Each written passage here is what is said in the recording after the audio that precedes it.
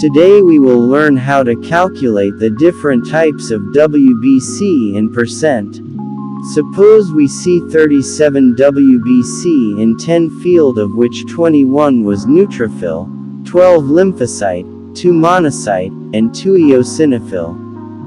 Calculation system is: out of 37 WBC, neutrophil were 21%, therefore out of 1 WBC, neutrophil were 21 divided by 37, and therefore out of 100 WBC, neutrophil were 21 multiply with 100 and divided by 37, and the calculation is 56%.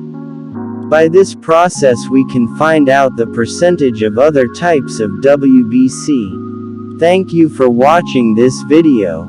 Please subscribe to my channel to get such kind of videos.